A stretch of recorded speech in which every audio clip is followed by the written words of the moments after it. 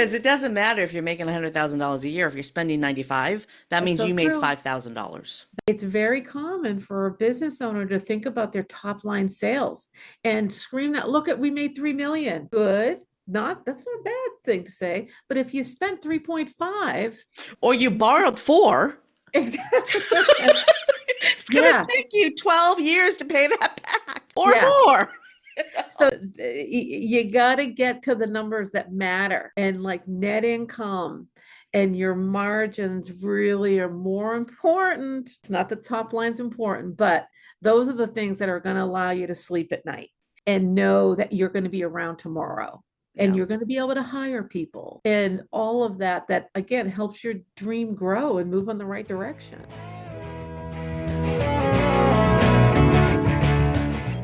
I'm Kandas Rodarte, and you, groovy human, are listening to Gratitude Geek. Today I'm joined by business growth coach Electra Govoni. So we're going to have a conversation around the common mistakes a first-time business owner makes. But first, a promo from our friends at HoneyBook. HoneyBook is a client relationship platform that helps independents manage clients and projects with ease and confidence. With easy-to-use tools that create elevated client experiences, HoneyBook makes running your business and getting paid on time simpler.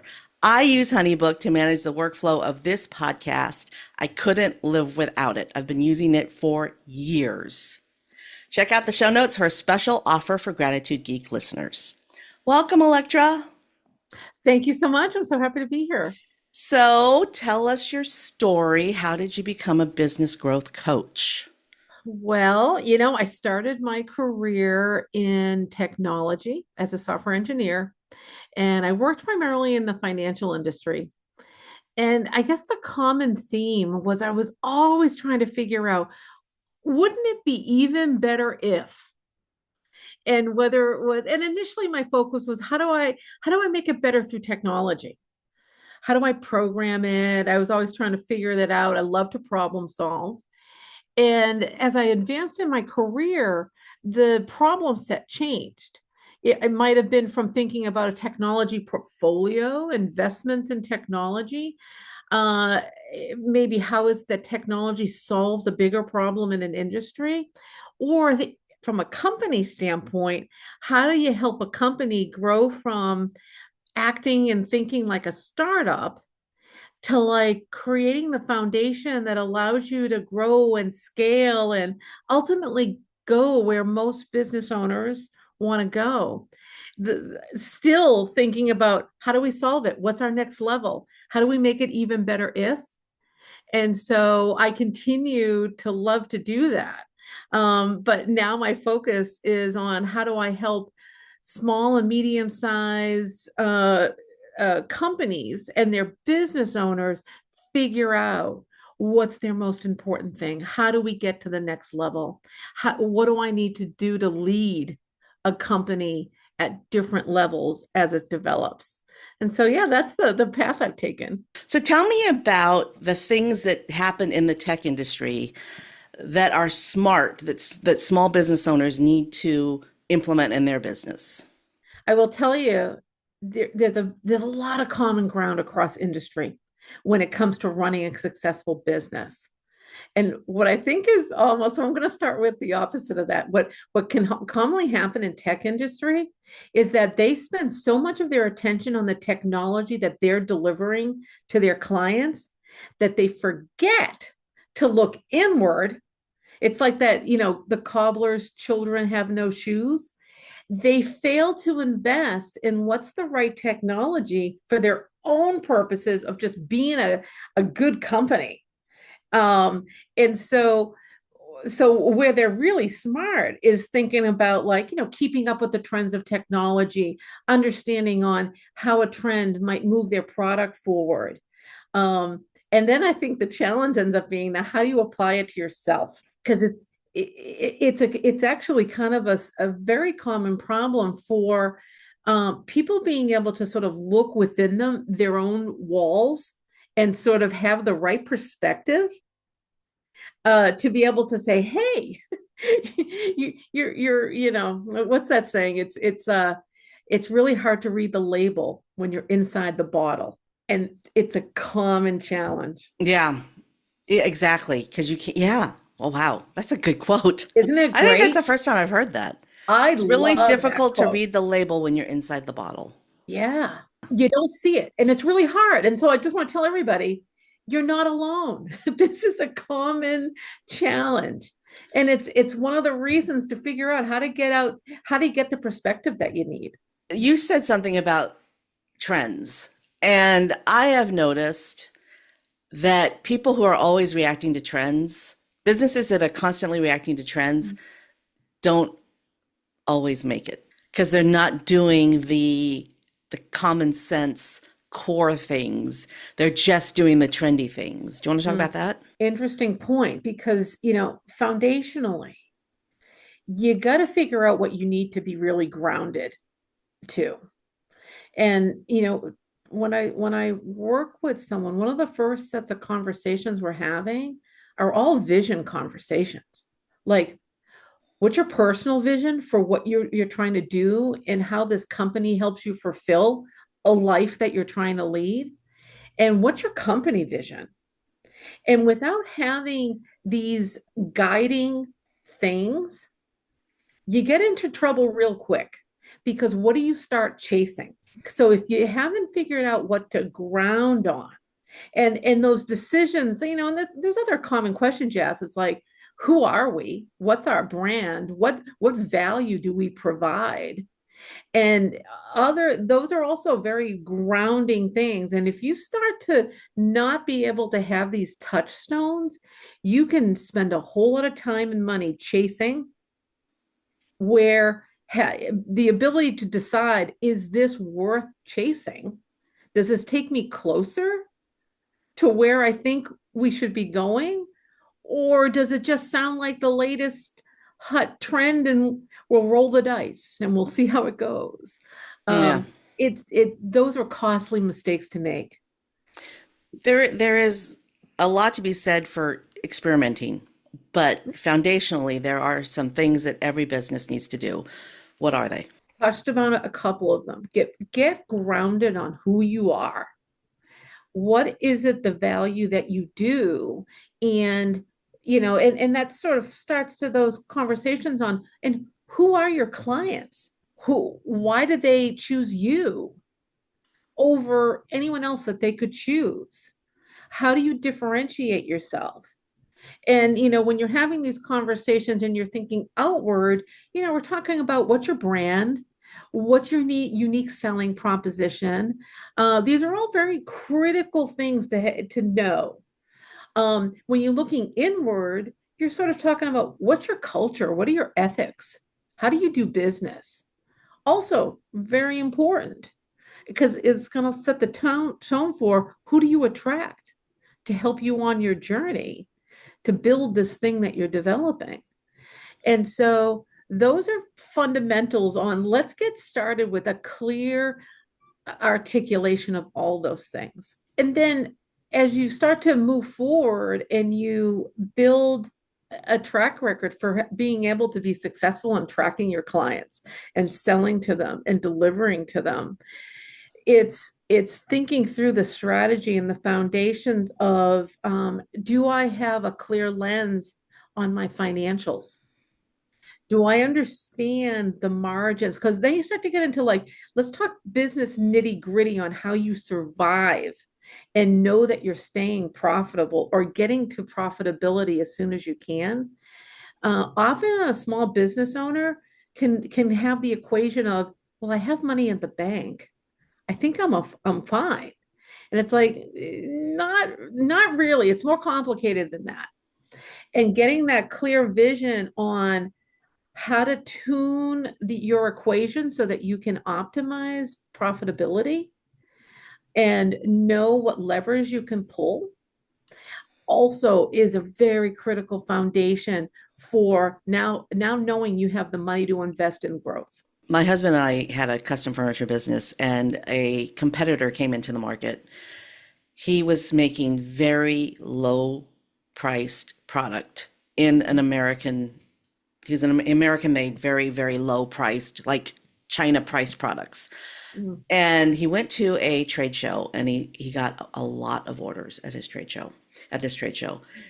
And he received so many orders that he couldn't fill them because he was making the product. He had priced the product thinking that he was the one making them, but he received so many orders that he couldn't fill them himself. Yeah. And when I heard the story, because my husband and I never considered selling at market because we knew that we couldn't put ourselves in that position where we've got more orders than we could build because we wanted to be a mom and pop shop. We knew how big we wanted to be. We knew we never wanted to be bigger than 6 employees. Yeah. We knew that if we had shown our product at one of those shows, we would have grown beyond our ability to remain the size that we wanted to be, right? Yeah. And that was our choice. A lot of companies, they want to grow beyond that. We knew where we wanted, we knew where our sweet spot was, Yeah. where we could continue to control. He didn't think ahead, and he got himself into this position, and he ended up having to refund Yeah. all of these people's deposits. And he completely failed because he didn't think ahead to how much is it going to cost me to make these if I have to hire help. People always want things to be as simple as possible. And yet, what do they forget to consider as likely scenarios and likely costs that are going to occur in order to truly be able to execute? And it's not that you want to try and, what every possible scenario, but what's the most common one in the ability to reach my, say, initial sales goals? And you want to make sure whatever you're doing, you're figuring out how to get profitable quickly. Mm-hmm. You need the revenue coming in. You do need the revenue coming in, but you need to make sure that the revenue matches the expenses too. And with a nice margin there. You want a nice margin over that. Yeah. Uh-huh. Because it doesn't matter if you're making $100,000 a year. If you're spending 95, that means so you made true. $5,000. That's so true. And it's, we were talking about some common mistakes. It's very common for a business owner to think about their top line sales and scream that, look at, we made 3 million. Good. That's not a bad thing to say. But if you spent 3.5, or you borrowed 4, exactly. It's going to take you 12 years to pay that back or more. So there's you got to get to the numbers that matter, and like net income and your margins really are more important. It's not the top line's important, but those are the things that are going to allow you to sleep at night. Yeah. And know that you're going to be around tomorrow, and you're going to be able to hire people. And all of that again helps your dream grow and move in the right direction. So when I help my clients, and I want to talk about your board of directors, because that's we had that conversation. You and I, listener, Electra and I know each other, so we've had conversations about this before. This is just a continuation of other conversations that you get to eavesdrop on. So if it feels like you're picking up in the middle of a thought, you are. One of the things that I try to teach my clients is that if you're going to spend $500, how much do you have to sell to pay for that? Mm-hmm. Right? If you're going to hire someone to do your social media, how much more money do you need to make so that you can actually afford that? And I always think about it, if you're selling a $50 item and you're hiring somebody for 500, that means you need to sell at least 10 more. That social media person is responsible for 10 plus more of those just to pay for themselves. Yeah. Before we move on to board of directors, do you want to touch on that?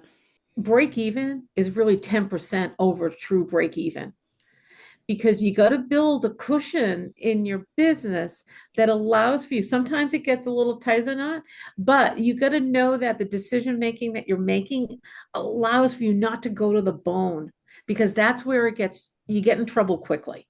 Yeah. Even just, you think of like, well, I have this big order and I'm going to get paid. Let's say the terms were 15 days. And then and so you invest way beyond what you would have normally. Let's just say they're not going to agree to the 15 days, or they're going to say they are, and they're actually going to pay you in 60.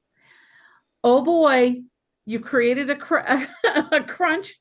And now you still have to pay the bills, and these are ways to help you stay solid when the ebbs and flows of how a business might, and that cash flow runs.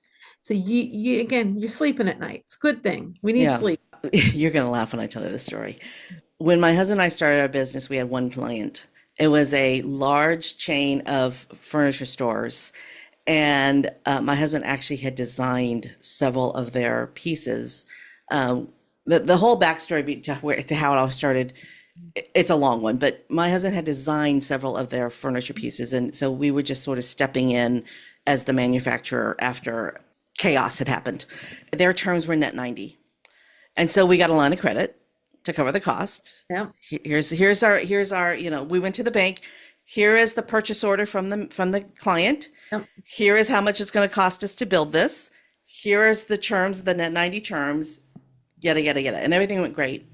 Everything went great for, I don't know, a couple years. And then they got bought out by a very large company. And we didn't get paid for 6 months. Yeah.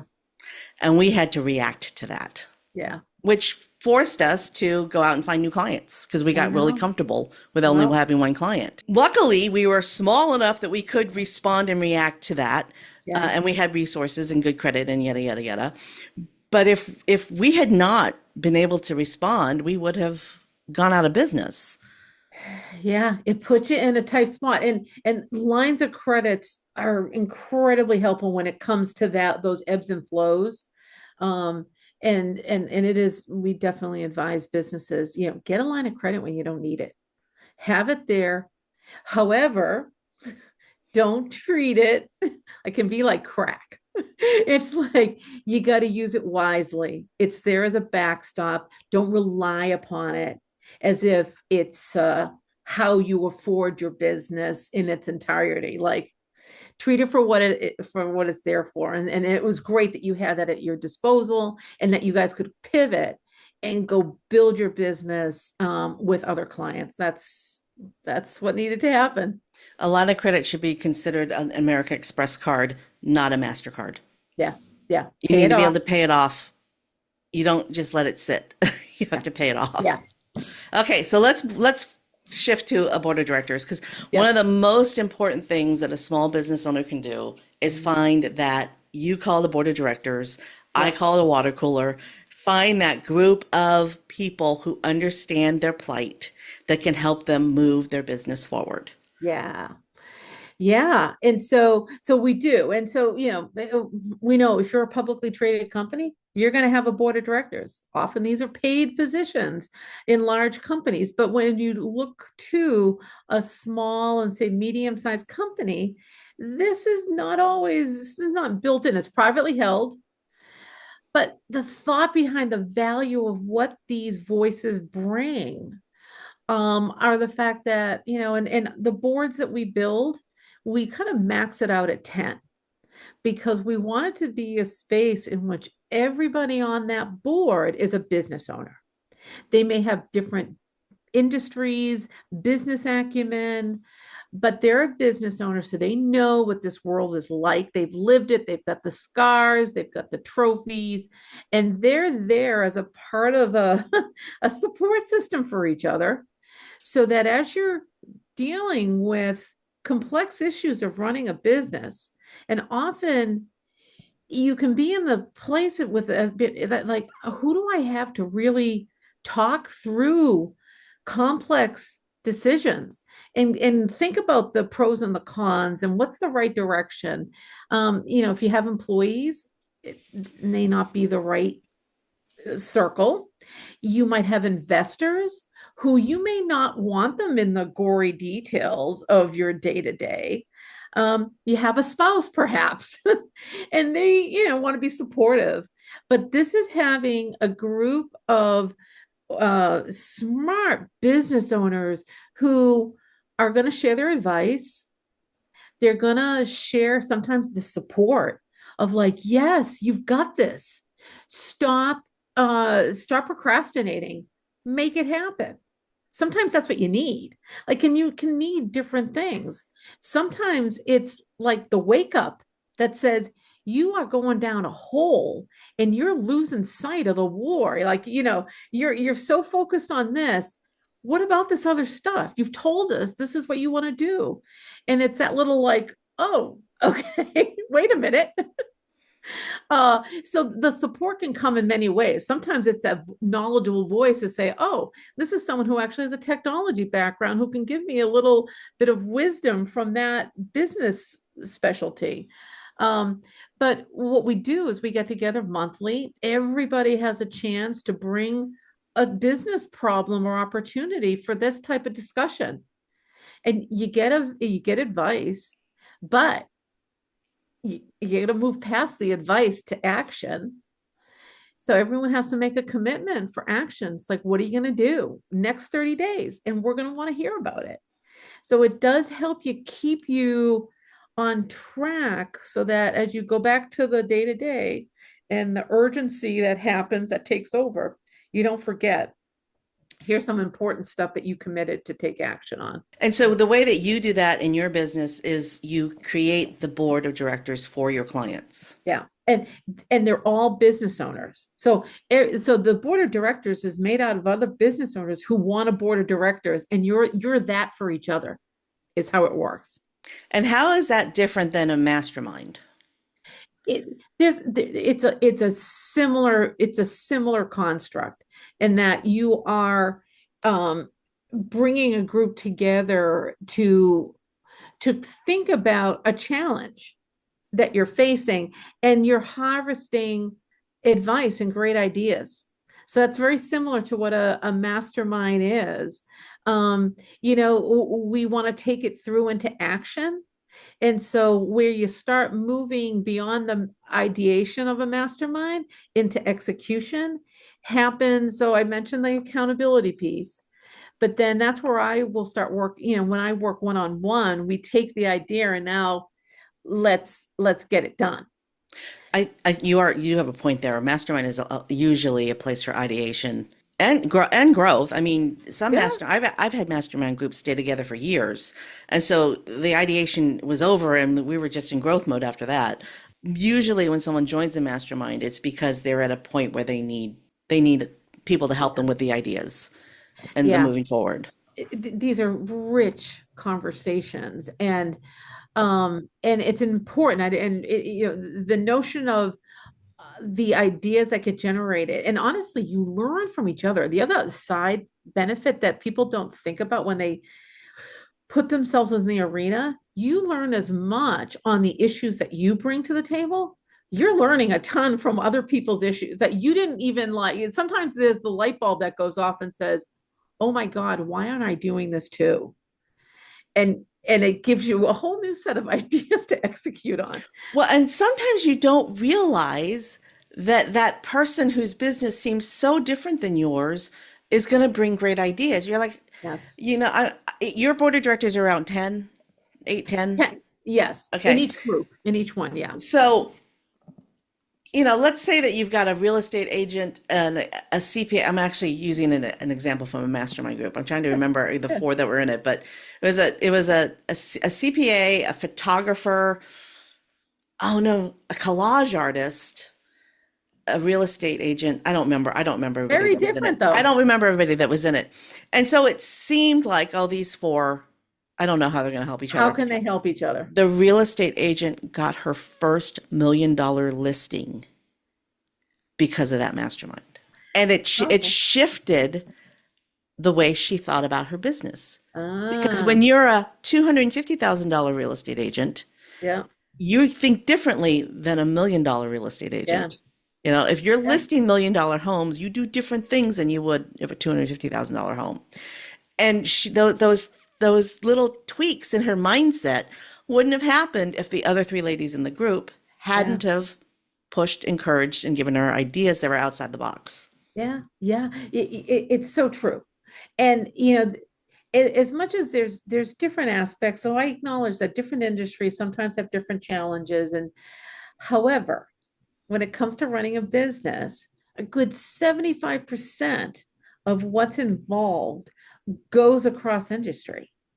And and the emotional support that sometimes is it's the X factor when it comes to a certain group coming together is worth its weight in gold. If it is the thing that gives you, whether it's confident, uh, the grit, whatever it is. And sometimes it's going after something bigger than you even thought was possible. But you now have a group of people who help strengthen your conviction that this can become a reality. Then that's an X factor that makes it helps you make it become a reality. So we're talking about mistakes a small business owner, a brand new small business owner makes. And the first mistake that we talked about was that they didn't know who their ideal client was. Mm. They don't know who they're selling to. Yeah. And the second mistake that we talked about was they didn't they don't pay attention to the money, the bottom line. They don't understand their break even points. They didn't learn enough about how to deal with money. Yeah. And the third mistake is that they weren't thinking big enough. Is Mm. is that what I That, heard you say? And I think that's it's true. And yeah, I'm sure I know there's a Michelangelo quote on this and I can't think of it, but it speaks to the fact that, we all have our limitations and blind points, and it's spots, and it's hard to see beyond them. And it's through working with others who may help you get a bigger vision, so that, someone tells you like your sights are set too low. This could be so much bigger. And so shoot for something that is so much bigger, and then gaining the confidence to like say, yeah, that's me. I can do this. That's a powerful transition. And what a mistake is it to shoot too low? yeah. So I guess the third mistake was they didn't set up their board of directors. Yeah, I would agree with that. And then the fourth mistake is that they shoot too low. Okay, so what's the fifth? Oh man. You know, when it comes to thinking foundationally about building a business, that it's just, say you decide you want more than just a solo enterprise, you need to start getting very crystal clear about what your, I'm going to just call them platinum activities are. You as a business Hmm. owner, what is the most critical thing for you to be focused on? And then everything else, we should be figuring out another way of getting that done. Because if you're building a business in which you are the sole everything answer, you're never going to move outside of it, and you're going to exhaust yourself, and you're not going to take vacation, and the business is fragile. So how do we think about getting the support you need so that your billing is functioning like a machine, and it's not taking all of your Saturday to do all your invoicing?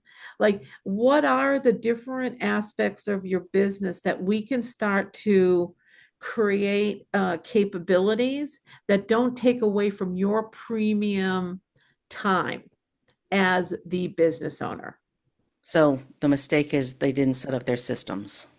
That, yeah, and it could be technology investments, like they're too manual.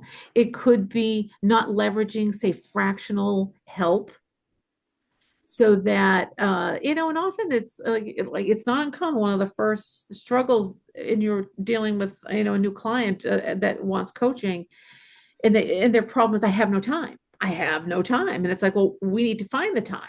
So making sure that your time is being spent in the most important way, and figuring that out and being able to afford it clearly, and and sometimes it is a technology shift. Well, It's like, sometimes using that fractional help saves you money. yes. A great example. I've been a business owner for 27 years. I have never filed my own taxes. Yeah. And as a result, I have received thousands and thousands of dollars in tax refunds and tax avoidance, not avoidance, tax it's not avoidance, it's tax deference to tax not having to pay taxes. It's not Yes. avoidance because I do want to pay my taxes, but what is the right word? Sometimes it is deferral. It's just being tax smart. It's Yeah, like, don't pay more than you should. Don't, there's, because the CPA yes. knew how to file the taxes, whereas if I had filed them myself, I Yeah. wouldn't have known to do that. Yeah. Yeah. And none of us are good at everything. Hmm. And, and there are some things that you just kind of hate doing. And so you struggle from like looking at candidates of like, okay, well, wait a minute, you're not skilled at this. You hate it. Is it important? It has to get done. You can't just not do it.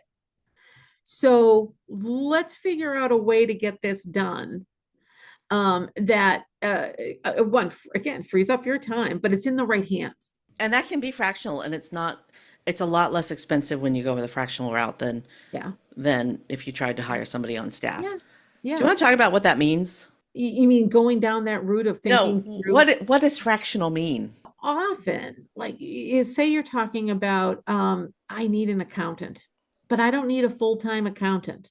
Now we know that these people are very skilled, they earn decent wages, they perhaps have years of experience working in large corporations. What many of these folks are doing as they come out of, say, the big corporate world, they may decide to become a fractional, which means you can hire them for so many hours during the course of a month. And for that segment of time, they are your accountant or they are your administrator, like whatever the role is that you, maybe it's marketing. And so you can leverage what is probably very expensive skills to hire for a fraction of the time. And it is a solution, it's a stopgap solution because if your business keeps growing, at some point you're going to say, I need a full-time person. But that's probably the time in which your business can afford hiring someone as a full-time person. But a fractional gives you the expertise for a segment, a small slice during the course of a month. I think that used to be called consultant. It's just a terminology change, I think. I mean, It is, you know what? I think sometimes with consultants, sometimes the thought is it's very project based, or you're going in and you're solving kind of like like, oh, well, we need to, upgrade our technology and mm, they're going to take that project on. yeah, This is almost like you can consider them someone who you would almost treat like an extension of your team. Like if you had a leadership team, you might say, well, I do need a chief financial officer. I know more fractional CFOs than I mean, I know a couple of fractional chief CMOs. marketing Yep. officers, but fractional financial officers, chief financial officers are Yeah. what I know more of because it's a really important role within a business, but Mm. it's not necessarily a full-time gig It doesn't in have to most be, no. businesses. No, no. The bigger the company is, the more complex it is. Yeah, you can see it. But for many, it's sort of like, let's do a stopgap. Like let's look at this, say, on a monthly basis and look at some things about your business that help, watch that financial world and see that you're making the right decisions and things are in the right decision. But it's a very like those folks have gained a lot of specific experience, their background. It is a highly compensated position in organizations, which is hard to afford. Yeah. And it a lot of times your business doesn't need one if you have a really good CPA. Because that Yeah, CPA can identify those things for you by saying, here's your balance sheet. Did you know that this line here could use some work? You know? true. And that's one of those things that like, so not all CPAs are sort of from the same cloth. Hmm. Like there are some who are very much, they're focused on tax. And so their whole view is how do I minimize the tax you're being asked to spend. Now, anyone who's looked at numbers is like, but is that the right thing for the business? Like there are different questions you're asking and different goals that you've set. And so having a CPA that has that right business mindset they can take you a long way in terms of that financial strategy Yeah. that And you again, want CFO. it's hiring the right people, Yes. finding the right one. Don't just take the person who will charge you the lowest to do your taxes. Yeah. The CPA is one of the most important. Well, it's because it's like the only one I've ever consistently 27 years of owning a business that I consistently do Yeah. not stray. I always have a CPA I can rely on, right? Even if it's not the same one I started with. But Yeah. you really need to be able to trust them and know Yes. that they have your best interest. And, Yes. like Yes. really a good CPA partnership is gold. Okay, so I we've agree. covered 5 mistakes. What else? let's take a second and talk about the health and well-being of the business owner.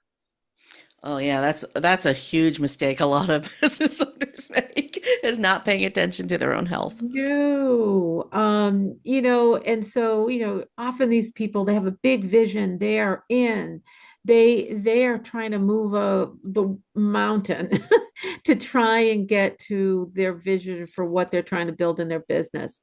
And they forget that they are human and what they're willing to sacrifice. And I think you do a lot of like, well, is short-term negotiation. Well, I can just do this. And then you start to give away a lot of yourself. And, when it comes down to, well, of course I can stay up all night. And maybe it starts as a rarity, but then it starts to be the way in which you get the work done. You are going to hurt yourself physically. You're going to, whatever relationships that you have that you value are going to suffer. And you yourself might find yourself at a total burnout in which, and sometimes it sneaks up on you, in which all of a sudden you're like, I don't want to get out of bed. Like I have depleted myself. So this is real. And and that's why when we start to talk about like how are we spending our time, everything can't be urgent and everything can't be you. We've got to figure out an equation that allows you to balance a healthy, happy life with running a successful business. Balance is important, but there you can't expect to have a successful business without putting in the hard work at the beginning. The thing is, if you do it correctly, I Yeah. gotta tell you that the first couple years of our business, I was up at 3 in the morning. I was trying to build, I created a website for a custom furniture business before anybody had ever put custom furniture on the internet. I had to figure out how to do that. And I had a baby. So guess what time I did that? Yeah. 1 o'clock in the morning, right? Yeah. But by the time, 6 years later came along, I could wake up at 10. I could be there for my kid when she got on the bus. I could be there for my kid when she got off the bus. Yeah. Everything worked really smoothly because I put in Yeah. that time at the beginning and I knew when to stop. Yeah. Right. And it's a great point. There are times in which the work is intense. It you don't have a whole lot of time to say figure out huge alternatives. And so if that becomes the way to get over specific challenges, then yeah, you do what you need to do, but it can't be the long-term solution. Like Exactly.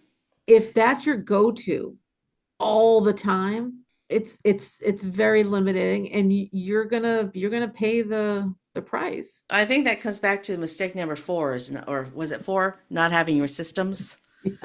Yeah, Your systems are so important. yeah. How do you advise a small business set up their systems? Do you teach them to put it in a book or what? How do you do that? You start to look at some of the fundamentals, and often it's driven by the urgency of what's going wrong, like what's hurting you the most. And then we start to look at like, all right, let's do we need to bring in a level of expertise that is not here to be able to solve this. And when it comes to some of your systems, typically in a small business, your sales is very, very critical. Your marketing is very, very critical. And how is it that you get paid is very, very critical. So those are an example of some business areas that you want systems quickly in place that you want to run pretty efficiently. And you can then, and then as you start to hire, those are another set of systems that you start to say, okay, now we're hiring. Now there's payroll. Like you're through the natural evolution of your business, certain systems now start to move into critical, and it is ticking those off and making sure, we talk about having the right people in your corner. This is when you should be thinking about like, all right, great, I've got a great accountant Who's my go-to on those type of questions? I have a really good business attorney. So as I start to have to negotiate contracts and employment agreements and perhaps I have a fractional HR person that makes sure we stay, in good compliance with all of that. You start to build a circle of strong and, having a great relationship. We talked about the line of credit with a banker and someone who understands funding from a small business standpoint. These are very good people that are going to help you put the right systems in place as it becomes critical. You can't do it all. Well, and also keeping, like, even though you're doing, when you're a solopreneur and you're doing the work, there is something that if you're doing like this basic task that you do regularly, let's just say bookkeeping, that you always do the bookkeeping this way. Writing that down, this is how I do the bookkeeping. Writing it down means that when you do hire the bookkeeper, you give them the piece of paper. Yeah. Here's the system for doing the Yeah. bookkeeping. Yeah. Yeah. You get it. It's not uncommon in one of our board meetings, especially we have a accelerator group, and those folks are typically starting off as solo and doing their first set of hires. You're immediately confronted with this is all the stuff that you used to do that you're trying to now delegate to somebody else. How do we get this stuff out of your head? What does goodness look like with this particular activity that you want to delegate? And how being able to start to build procedures and leverage technology, record yourself doing it on Zoom and have Great that be idea. what you hand off. That's a great idea. It covers a lot of ground. Let me show you in the tool what I do. And then of course now it creates transcripts. You've got the AI component that will, do the highlights and summary for you. I'm all up for working smart. But your point is right on. How do you do this in a way in which you're now allowing for more people to be able to do the work and do it well? Electra, How we need to start wrapping up. Is there anything that we have not talked about that is just you're dying to share? I guess what I want to say is, to the business owners out there is what you're doing is it's exciting. It's spectacular that you have embarked on this journey. And it's it comes with challenges and that you don't have to go it alone. I think we can beat ourselves up for a long time thinking I should be smarter, I should have done this differently. I'm going to look stupid if I let people know that I really don't know what a cog is on a report. And so there's a lot that I encounter of people feeling almost a little ashamed or embarrassed of what they don't know, especially as they're running a business for the first time. What I'm telling you is you're not alone. If I was to put you in a room with 10 other new businesses, what you'd start to understand is all those things that you're beating yourself up on is a shared experience that you're all going through. So don't suffer alone, I guess is the only thing. You don't have to, and stop beating yourself up. Yeah. It's not helpful. No. No, and if you don't know what something is, it's so easy to learn. But that goes back to what was something we talked about at the very beginning of this conversation was that businesses who only respond to trends and don't do the fundamentals will fail. Email Yeah. marketing will never go away. It may change, but you need to have your email marketing list. And if you're only relying on Facebook and Mm. you don't gather those people's email addresses, what happens when Yeah. Facebook fails? Yeah. Well, yeah, missing some huge opportunity there. Yeah. Fundamentals, fundamentals. Yeah. All right, did we cover it all? Are there any other mistakes? Oh, I'm sure we would think of some, but at the end of the day, everyone makes mistakes. The question is, how resilient are you? How do you react to them? How do you pick yourself up and keep going forward? And the time it takes to move away from the error, learn from it, and get onto something more positive is something that honestly an entrepreneur has to get really good at. That is a skill set, resilience. And it can be learned. Resilience can be learned. Yeah. You aren't You could be born with it, but you could be born not resilient and learn to be resilient. Very So true. if you feel like you aren't resilient right now, it have faith that you will become resilient if Yeah. you teach yourself how to be Yes. resilient. Yes. So important. So important. Yes. All right, Electra Govoni, this is your moment of gratitude. For whom or what are you most grateful? You know what? I am grateful. I want to say the small business community. I have so loved meeting the people who are drawn to creating something in the world and have this big vision, and being a part of that journey is something that I am internally grateful for. Thanks for tuning in to Gratitude Geek, the podcast for grateful micropreneurs building genuine, lasting relationships with clients, colleagues, and community. Our theme music is track 14 by Rev Brock and Soul Lily. All right, Gratitude Geeks, you know the drill. If you'd like to connect with Electra Govoni, head over to the show notes at gratitudegeek.com. This is episode 258. I've been your host, Kandas Rodarte. Stay groovy, my friends. Stay groovy.